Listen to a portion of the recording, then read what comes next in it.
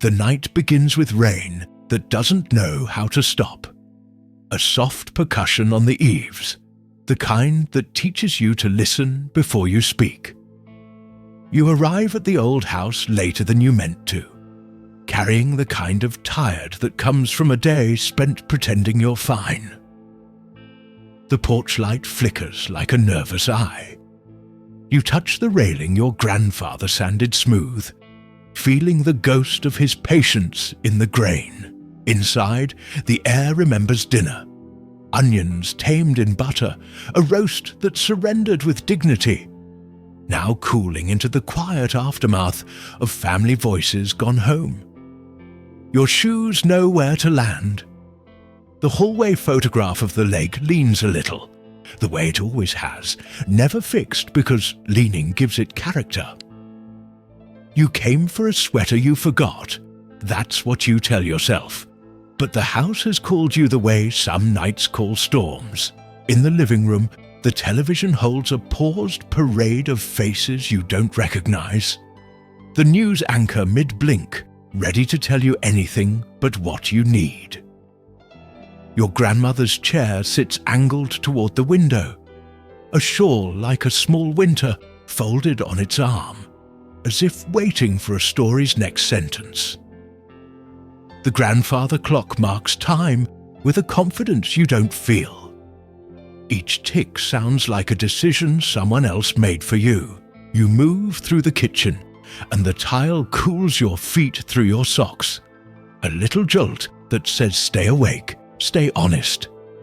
The back door moans when you touch it, a polite complaint, and the rain breathes on your face. The night so black it suggests all beginnings at once. In the pantry, you reach for candles, and your hand knocks something from the top shelf. A small, heavy thud, followed by the hush of dust rediscovering air. You crouch and find a shoebox the color of old skies, rubber-banded at the middle like a mouth afraid to open too much.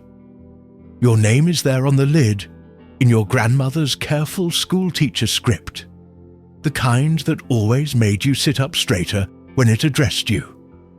The box is dry, warm from the day's heat, unremarkable except for the way your heartbeat decides to talk to it. You carry it to the table and lay it down like a living thing. The house narrows its attention. Even the rain seems to hold its breath. When you lift the lid, a smell rises. Paper after a thunderstorm, cedar from the closet, the powder your grandmother wore when she pretended not to be tired. There are letters, folded small, a pocket-sized map of someone's conscience, a cassette tape labeled in blue pen, for when the house is quiet, a thin ring of keys that have forgotten their locks. Your fingers choose the tape before you do. The plastic is warm in your palm, absurdly light for something that might weigh your life down. In the den, the old tape player waits under a stack of magazines, a loyal dog no one walks anymore. You plug it in, hear the hungry little buzz of electricity. The tape clicks into place with the intimacy of a secret learning its name. You press play, and the machine clears its throat like a man about to confess in a church with bad acoustics. Your grandmother's voice arrives in the room as if she just stepped out to fetch salt and will come back if you wait. Softer, lower, riding the edge of a cold. If you're hearing this, the night was honest enough to hold you still, she says, and the words place a hand between your shoulder blades. She speaks without hurry.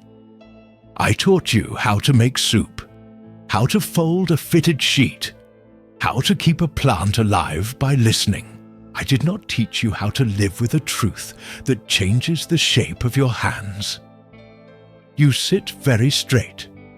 You hear the clock in her voice, the small stutters of age, the weight of years resting on syllables like plates on shelves. You are not an accident, she says, and your chest loosens and tightens in the same second. You are not a charity, not a pity, not a favor. You are a choice. You touch the edge of the table, the place where as a child you scratched a small constellation with a fork and then lied about the stars. The year the mill burned, she continues, and the word burned walks barefoot through your body, leaving little black footprints.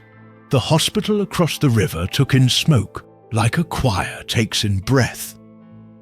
You see it, a winter night full of sirens, a crooked moon, your town running in its boots, the smell of wet ash riding in people's hair for weeks.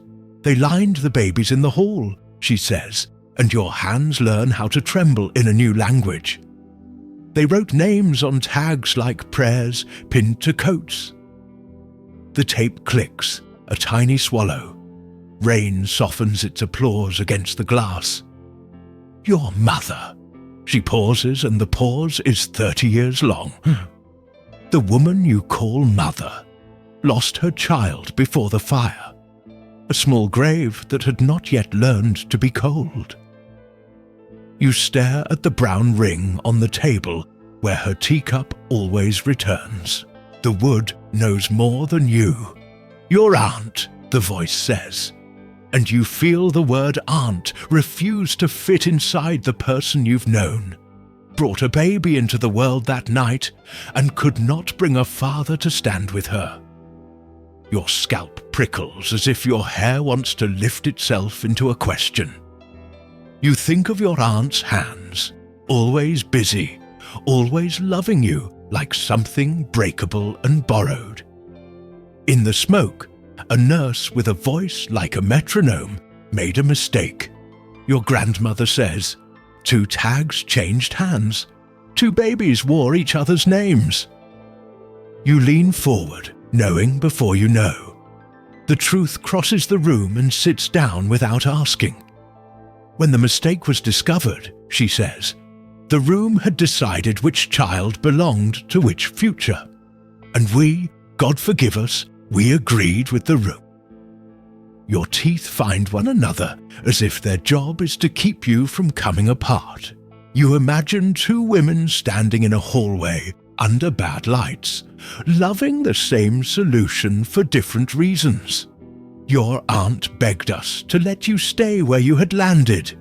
Your grandmother says, the word begged both dignity and desperation. Your mother could finally hold a sound that did not break her.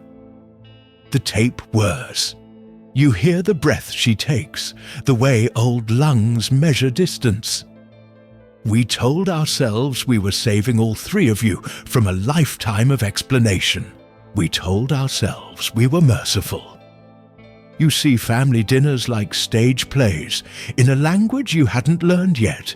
Each line delivered with perfect timing, each glance a cue you thought was affection, and now recognize as choreography. The fathers, she says, and you brace, but her voice chooses a path without their names. One left, one stayed. Both grew quiet in ways that taught you how to be loud in your head. You rub your palms on your jeans, the fabric releasing a tired breath of dye and soap. The rain shifts, a new rhythm finding you. I am the one who kept the ledger, she says. I kept the receipt of every choice and paid interest in secrets. I am tired of owing. You stand and pace because the body needs to move when a story sits too heavily. The house watches you walk. Its wood remembering the first nights you dared the hallway without calling for light. On the tape, your grandmother laughs a small, paper-thin laugh. Do not make me a villain you cannot love. Make me a woman who chose wrong by wanting what was right too badly. You think of your mother, her cadence when she read to you, the way she cut your sandwiches into triangles because squares were too serious, her face at your first big failure. how relief looked when you were forgiven for nothing more than being exactly yourself. You think of your aunt, her habit of sending you home with leftovers, the way she overwatered plants and underwatered herself, the secret sadness in her laugh, like a bell rung under a blanket. The tape continues, each word placed with the care of a hand laying a blanket over a sleeping child. "You can burn this," she says, "or you can bring it to the table and set an extra place." The extra place on the table has always been there. At holidays, in the spare chair pulled close, in the way your family never ran out of plates, even when it accidentally ran out of grace. "There is a key," she says, "on the ring in the box. It opens the drawer in my sewing table, the drawer you pretended not to know about. Inside is the proof of my courage and my cowardice." You pause the tape because you need the room to stop breathing with you. The quiet lands like a bird on your shoulder, light and terrified.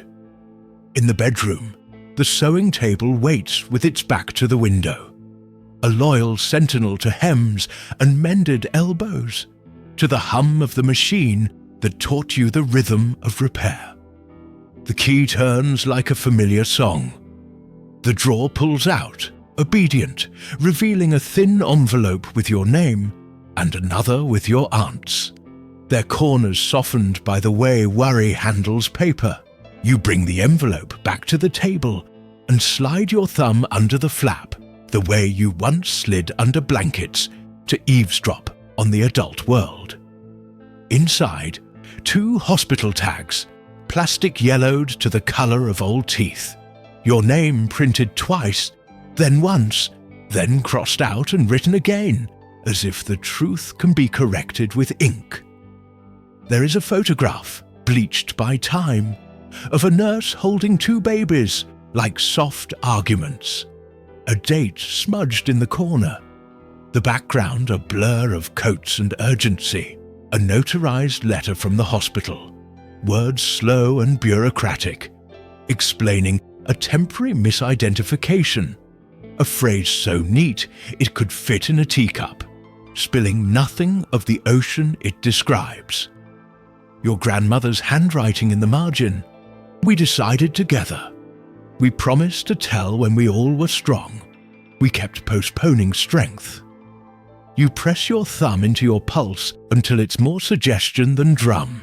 You hit play again because stopping halfway through a crossing is a good way to drown. "If you are angry, be precise," her voice says, and you see her mouth shaping the sharpness gently. Aim it where it belongs. At fear, at shame, at the rules that made good people smaller than their love. She coughs, a small bark, then steadies. "Find your aunt, bring your mother, sit them here. I have set out 3 cups, and the honey you pretend not to like." You look, and yes, on the counter, 3 cups face the ceiling like open hands. The honey sits next to them, stubborn and amber, waiting to be admitted into the story. "Tonight is a good night for truth," she says, "because the rain will keep the neighbors honest enough to stay inside." It hits you then that she made this for a night like this, that the weather is part of the plan, that even the clock might be in on it. Your phone vibrates on the table, a small animal startled awake, a message from your aunt. "Are you at the house? Couldn't sleep. The rain sounds like him." You don't know who him is in her sentence, and that is new. It is also a door you could walk through. You type, "Yes, come." You think about calling your mother, and the thought is a glass you're not sure you can hold without dropping. The tape helps you decide. If you cannot call, your grandmother says, then sit with her name on your tongue until it tastes less like fear and more like dawn. You say her name aloud, and the room does not crack. The syllables soften in your mouth, a truth rehearsing its own tenderness. You dial. The ring sounds like a longer hallway than you remember. She answers on the fourth, voice thick with sleep or the lack of it. "I'm at the house," you say. "There's something you need to hear. Can you come?" The steadiness in your voice surprises you and makes you trust yourself more than you planned to. "Give me 20 minutes, she says, the clock stepping into the room like it has always lived there. You hang up and the house unclenches slightly. You put the tape on pause again. The rain answers questions you don't ask. You set out 3 cups without thinking, honey in the middle like a small sun. The streetlight across from the porch flickers, thinking about sleep. You stand by the window and watch the night breathe, its chest rising and falling in silhouettes. Headlights turn the corner like a decision.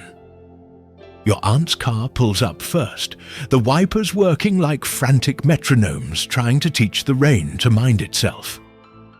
She comes in with her hair damp and her eyes older than they were at dinner, carrying the smell of night air and a question she isn't sure how to form. "Something's wrong," she says, before noticing the cassette player on the table, the envelope, the hospital tags lined up like tiny gravestones and tiny births. You take her hand, and her bones feel like twigs that learned to hold birds anyway. "Something's ready," you correct, and she nods because she wants a different word. 5 minutes later, your mother arrives, breathless in the way of someone who has learned to hurry only when it matters. Her umbrella sheds rain like a dog in a doorway, shaking off the weather to make room for the room. She stops when she sees the items, the box, the tape. Her face rearranges itself carefully, as if pulling a quilt up over something that needs warmth and full honesty both. The 3 of you sit. The chairs are ordinary wood and they become thrones for the courts you carry inside you. You press play. Your grandmother's voice fills the kitchen, familiar and new, small and enormous. A candle lighting a room you didn't know was a room you owned. As the words find their homes, your mother's hand reaches for your aunt's, and your aunt's reaches for yours.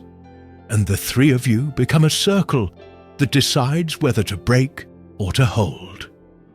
You watch their faces learn and unlearn. Your mother's jaw tightens and then fails at tightening.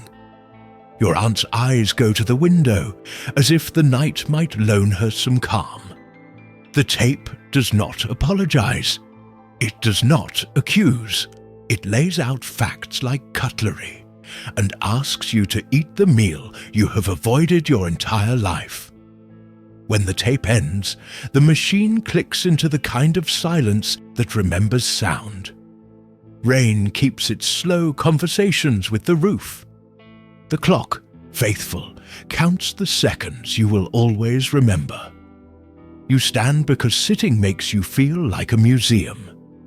You look at the 2 women who built your definition of home, even when they remodeled it without asking your permission. The words you choose feel like stepping stones in a river at night. Careful, cold, necessary. "We can be better than this moment," you say, "if we carry it right." Your mother exhales a century. Your aunt laughs without joy, and then finds a drop of it anyway, like honey rescued from the edge of a knife. You put the tags back in their envelope, not as erasure, but as a way to keep from cutting yourselves on plastic you can't swallow. The rain softens again, almost tender now. The night has delivered what it promised. Truth, not as a weapon, but as a difficult light. You feel it on your skin, warm where you can bear it, bright where you need it. You pour tea you don't want, because ritual helps the hands when the heart lags behind. Steam rises like a small ghost, deciding whether to haunt you or bless you. Your grandmother is not in the room, and she is the room.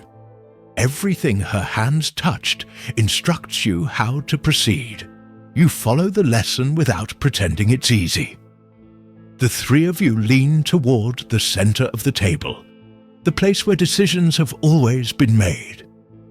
In the quiet, you hear the fabric of your family rip and then begin to thread itself again. Stubborn, imperfect, true. You choose not to end the night with conclusions, but with beginnings that know their own cost. You decide to find the names that were borrowed and return them with the ceremony they deserve. Outside, the rain slants to a softer angle, as if the sky has learned something. Inside, your hands stop shaking long enough to reach for theirs. You feel the future begin to accept you. You stand and turn off the tape. The click is both an ending and a promise. The house holds you, and you let it. You are ready to hear the next part when the night is. You listen for the moment the room chooses to breathe together again. A soft unison like leaves being persuaded by the same breeze. You reach for your mother's hand and find it already reaching for yours. A choreography of grief that didn't need rehearsal. Your aunt wipes at her eyes with the heel of her palm, as if she can push the salt back where it came from and save it for later.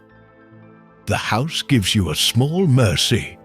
The refrigerator hum evens out. The clock's tick softens.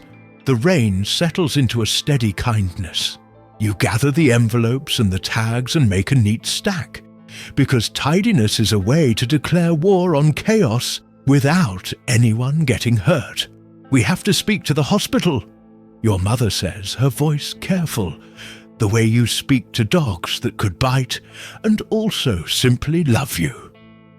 Your aunt nods, already imagining forms, phones, the bureaucratic maze that promises closure at the cost of patience. You think of the nurse in the photograph, her face blurred into anonymity by the urgency of that night, and wonder whether she ever forgave her own hands.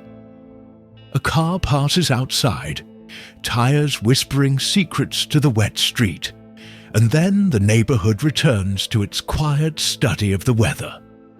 You pour honey into one of the cups, a gesture that has nothing to do with tea and everything to do with sweetness returning to sentences. Your mother smiles a tired, genuine smile at the way the amber ribbon thickens and sinks, a river accepting a tributary. Tomorrow, you say, because tomorrow is the smallest future you can promise without lying to anyone, especially yourself. Your aunt glances at the wall phone as if it might ring with either absolution or a sales pitch, and then she laughs at herself. A small surrender. You stand, and the chair legs make a sound that feels like a page turning without tearing. Stay, you tell them, and your mother begins to protest on instinct before the promise of a couch and a blanket outvotes her pride. You go to the linen closet that still smells like starch and distance, and bring back quilts that have survived more winters than the truth has. The living room learns the shapes of two women who have loved you in mutually exclusive ways that turned out to be the same way. You turn out the lamps one by one, leaving only the small one near the window, its light a low candle against the weather. Upstairs, your childhood room waits the way objects wait, without malice, with a willingness to be repurposed. You lie down and stare at the ceiling, white in the night like a page that forgives erasures. Your mind replays the tape at a lower volume. Your grandmother's voice, now part lullaby, part lighthouse, calling ships and calling you. Sleep arrives cautiously, like a cat testing the bed, and then curls against you when it decides you are safe enough to keep.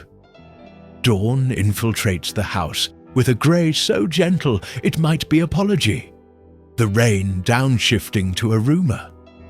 You wake to the smell of coffee and the muted clink of cups handling their vocation. Your aunt is at the stove, making eggs as if that could stitch the calendar back together, and your mother sets places like invitations. "We'll go after breakfast," your mother says, and the word breakfast feels suddenly like a ceremony with legal force.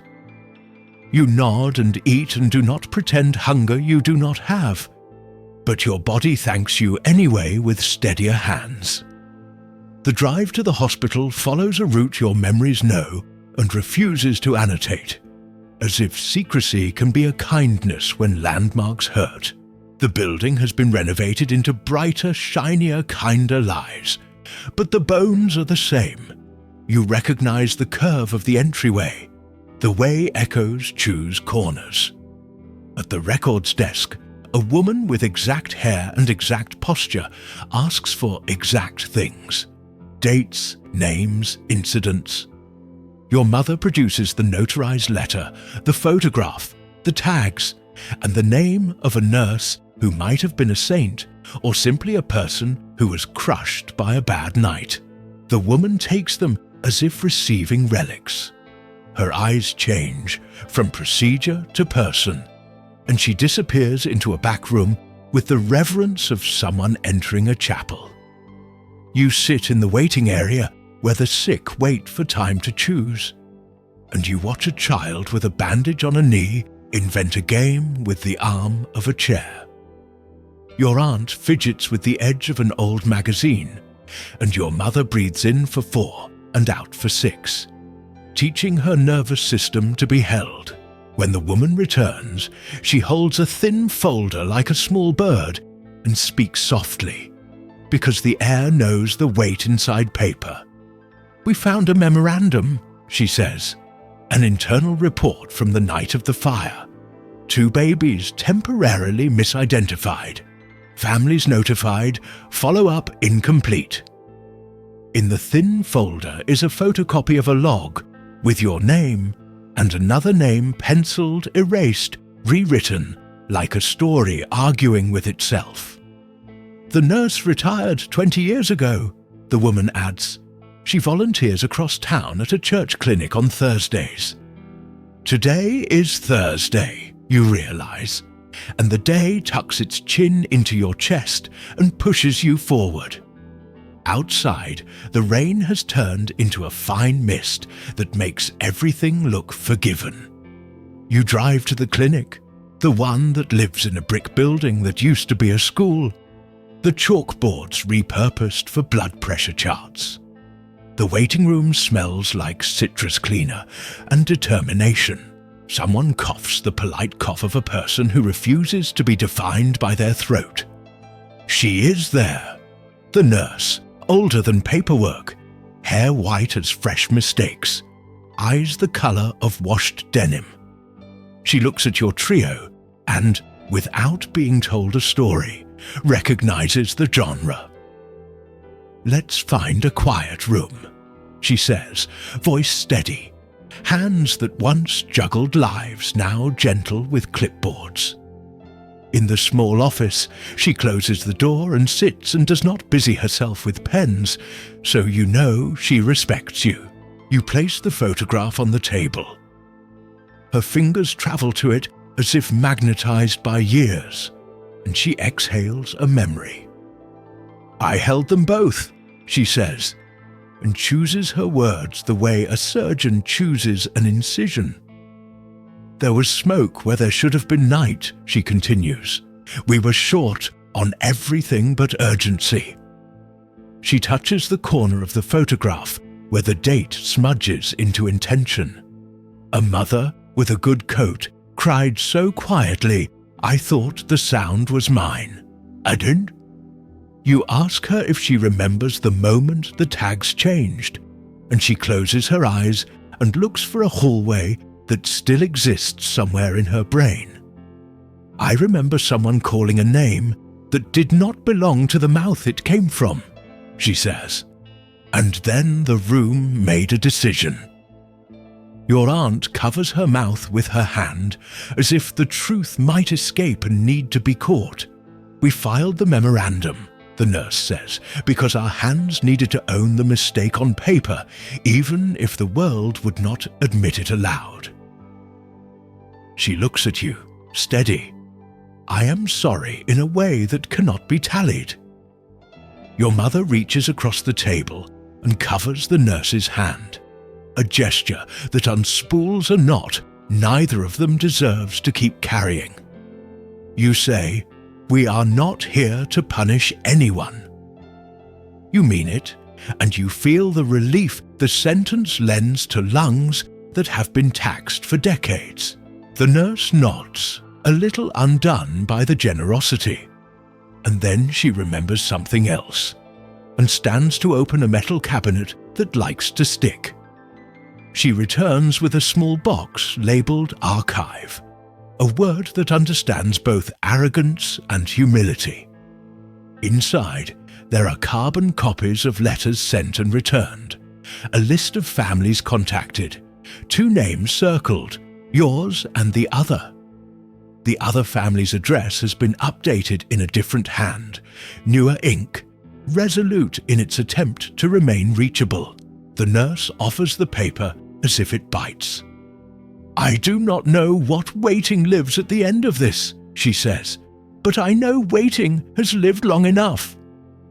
Outside, the cloud cover is so thin the sun pretends it has been working this whole time.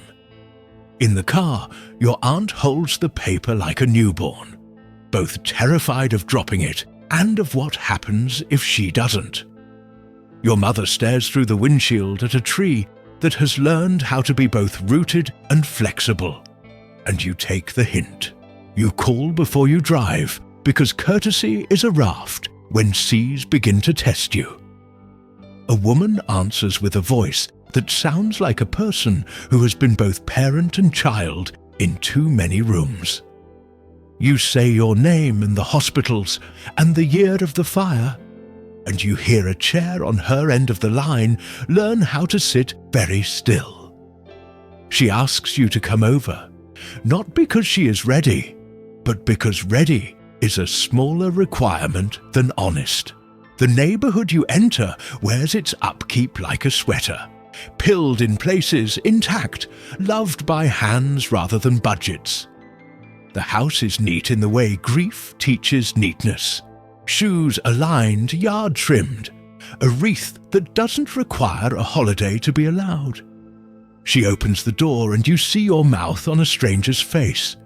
Your aunt's laugh lines on someone who has never laughed your jokes. Behind her, a man stands with shoulders like a question that learned to be permanent, and a teenager sits on a sofa practicing the art of eye contact as currency. Names are exchanged, then placed down, then picked up again, and everyone behaves as if gentleness is the only furniture that won't collapse. You sit at a table that smells like lemon oil and Sunday, and the archive paper lies between you like a map you intend to follow, regardless of weather. She tells you her story in a voice that has not been rehearsed for guests. A colic that made nights unholy, a lullaby that did not work, a love that did. Her mother, she says, died too early to be included in this conversation, except as a border around it. You tell her your version, the nights when you learned to self-soothe because adults had their own storms. The birthday cakes that meant more than the year they celebrated. Your aunt speaks of the empty that followed full and the full that followed empty. And your mother lets silence do some of the talking so words don't break. The teenager watches as if witnessing a science experiment, where the hypothesis is that history can be taught how to be kind. Someone suggests tea and someone else agrees, and the kettle decides it can be part of salvation. When the cups are in front of you, when the steam has learned each name, you take out the photograph of the nurse holding two babies who do not know their names yet. You all lean in as if warmth can be caught from paper, as if faces can explain their futures. No one cries for a long minute that does not measure itself in seconds.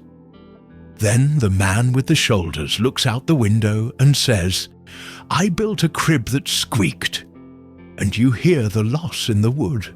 You talk about what comes next, not as a courtroom, but as a calendar. Visits, calls, a picnic that does not require birthdays to justify itself. Someone mentions testing and you agree, not because you need proof, but because sometimes knowing is a way to quiet the last stubborn voices in the night.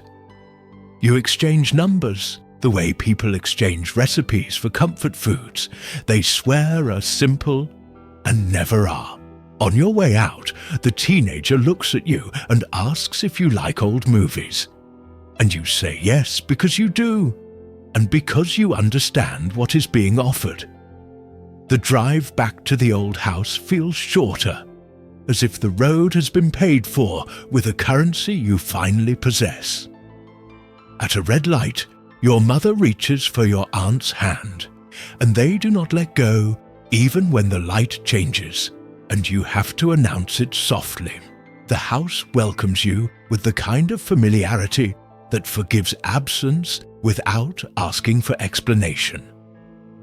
You place the archive paper on the kitchen table beside your grandmother's tape, as if introducing two elders who would have liked each other. You press play again, not because you missed anything, but because repeating is a way to honor what asked to be heard. Her voice fills the room, and you imagine telling her about the hospital woman, the nurse, the other family, the teenager who likes old movies.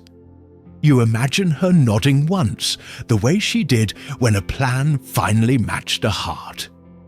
You open the sewing table drawer again, and this time you find a second cassette labeled with a smaller handwriting, your aunt's. You press play, and your aunt's younger voice steps into the room, fierce and frightened, saying she will love you with whatever names she's allowed. Your aunt covers her mouth again and laughs into her own palm, and your mother leans her head on your aunt's shoulder, and the two of them look like a bridge that took too long to build and will be worth every delayed hour. You stand and open the back door. The rain has stopped pretending it will last forever. The air smells like after and before. You step out and feel the porch give a little under your weight, the wood remembering you and welcoming the new weight you carry with competence. A bird tries a song and gives up, and then tries again and keeps it.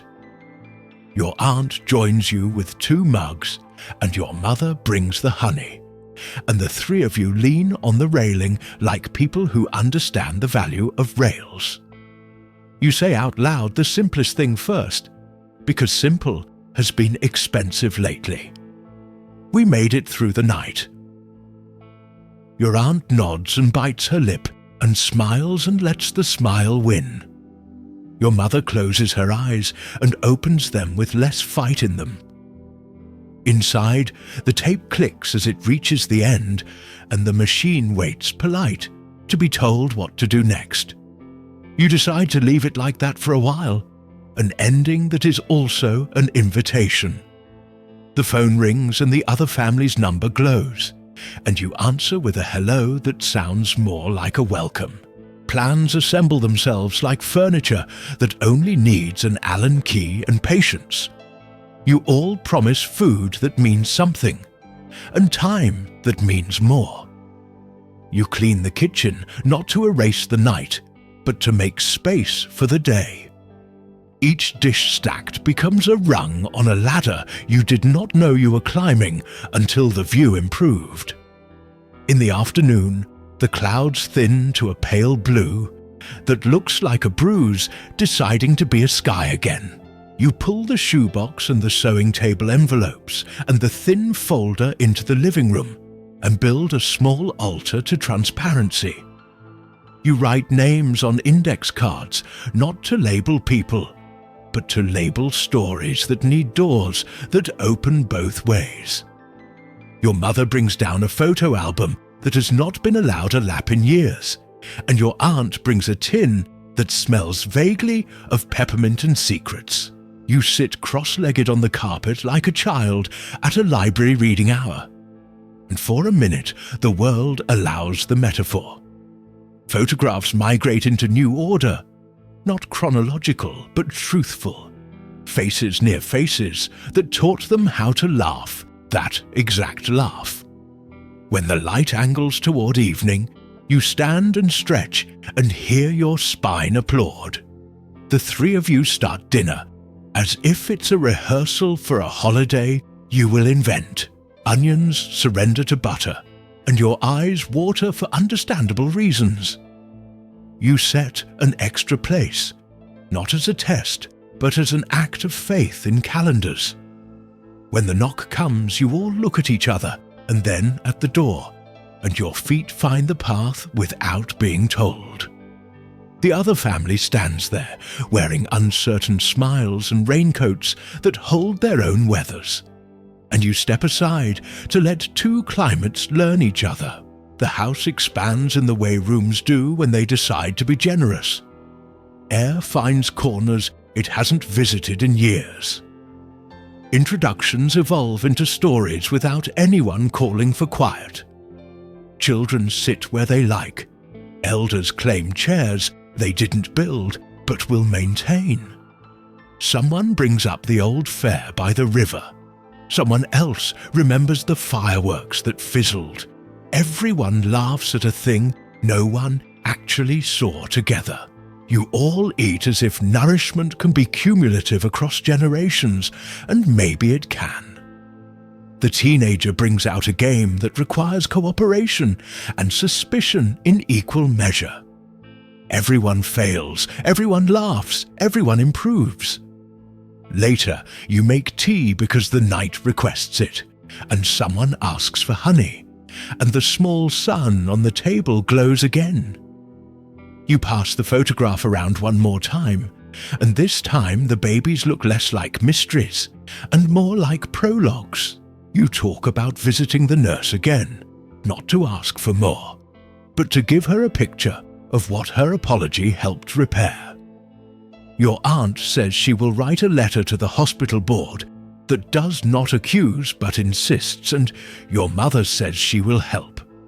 The man with the shoulders offers to fix the gate that always sticks, and your mother says yes in a voice that means a lot more than consent to a repair. When someone yawns, it is not a cue to end but to begin ending gently, folding the day with care. At the door, there are hugs that do not pretend to be final. There are promises that will try hard to be kept. The teenager says, "See you soon," with the casual bravery only teenagers can manage, and you love them for it. The house exhale that follows is content rather than collapse. In the kitchen, you put the shoebox back on the shelf without hiding it, and the shelf receives it as if it was built for this exact weight. Your mother stands at the sink and looks out at the yard where the grass is practicing green like a new language, and your aunt dries a plate with a dish towel that has seen worse. You press your palm flat on the table where the teacup ring has become part of the wood, and you thank it for keeping time when you could not. The phone buzzes with a text from the nurse. "Thank you for coming. I slept for the first time." You send back a picture of the table set for many and type a sentence your grandmother would approve of. "We used the good cups." Night rises without rain, and stars attempt to show through a stubborn veil of cloud, which is how most truths arrive. You step onto the porch and feel the cool air press its face to yours like a dog glad you're home. You lean on the railing and look at the street that carried you out and brought you back and will do so again. In the living room, your mother and aunt debate where to hang a photo that never had a place. The wall will learn to hold it. You think of your grandmother's voice and the way it chose verbs with care. Hold, forgive, find, bring. You whisper thank you to a night that taught you how to move without breaking, and how to break without staying broken. You turn back inside and close the door gently, not to keep the world out, but to seal the warmth in long enough to share it. The clock ticks like a friend. The refrigerator hums a lullaby. The house settles into its new shape without complaint. You wash your face and catch your reflection, trying to decide whether to look older or simply truer, and you choose truer. In bed, sleep approaches more confidently, familiar now with the path to your body. You think of the tape player, of the photograph, of the nurse's hands, of honey in tea, of names written and rewritten until they spelled love. You let the night end not with an answer, but with a permission to continue in daylight, to repeat rituals, to refuse secrecy, its old seat at the table. The last thing you feel before sleep is the weight of a house that has stopped holding its breath. And the last thing you say, not aloud, but with the quiet gratitude of someone who survived an ocean and kept a few dry matches, is this: you are ready for the truth to be ordinary. Morning will come and the road will not be straight, and that will be fine.